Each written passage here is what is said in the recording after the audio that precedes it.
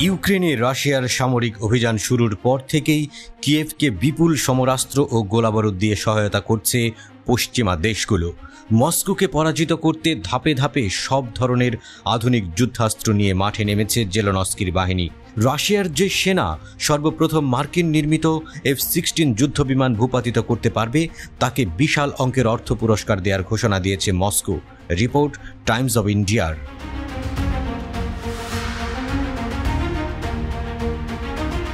সম্প্রতি America, Belgium, Denmark এবং Netherland ইউক্রেনকে অন্তত 60টি F-16 যুদ্ধবিমান সরবরাহ করার ঘোষণা দিয়েছে।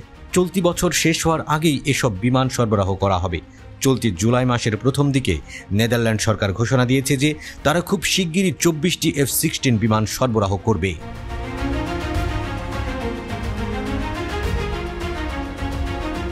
সেনাদের জন্য আর্থিক পুরস্কার ঘোষণা করেছে রাশিয়া। রাশিয়ার প্রতিরক্ষা মন্ত্রণালয় F-15 এবং F-16 যুদ্ধবিমানকে ভূপাতিত করার জন্য $1,70,000 মার্কিন পুরস্কার ঘোষণা করেছে।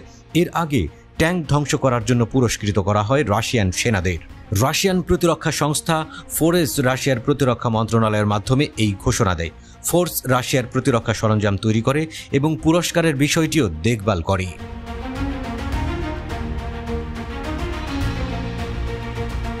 ফোর্সের পরিচালক ইলিয়া পোতিনিন আব্রামস ও লেপার্ড ট্যাঙ্ক ধ্বংস করায় সেনাদের $5,000 মার্কিন করে পুরস্কার দিয়েছেন।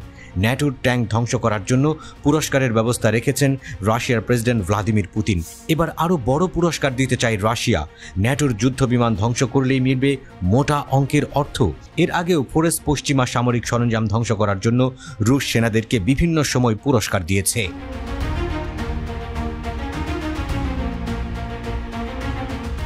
ইউক্রেন সরকার বহু দিন থেকে দাবি করে আসছে যে দেশের স্বাধীনতা ও সার্বভৌমত্ব রক্ষার জন্য তাদের F-16 যুদ্ধবিমান প্রয়োজন। কিন্তু মস্কো বলছে পশ্চিমারা ইউক্রেনকে F-16 সরবরাহ করা হলেও যুদ্ধক্ষেত্রের বাস্তব অবস্থার কোনো পরিবর্তন হবে না।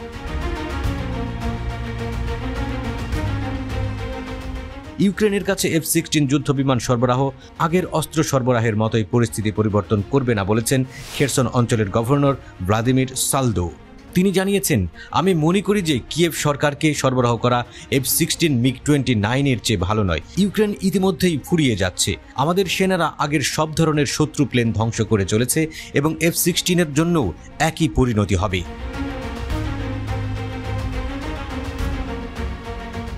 রাশিয়ার বিরুদ্ধে চলমান যুদ্ধের শুরু থেকেই যুক্তরাষ্ট্রের কাছে আধুনিক F-16 যুদ্ধবিমান চেয়ে আসছে ইউক্রেন। এমনকি এই ফাইটার দেওয়ার আগে অত্যাধুনিক এই যুদ্ধবিমান পরিচালনার জন্য প্রশিক্ষণও দেওয়া হচ্ছে ইউক্রেনীয় পাইলটদের। ফ্রান্স ও ব্রিটেনের বিভিন্ন ঘাঁটিতে চলছে প্রশিক্ষণ।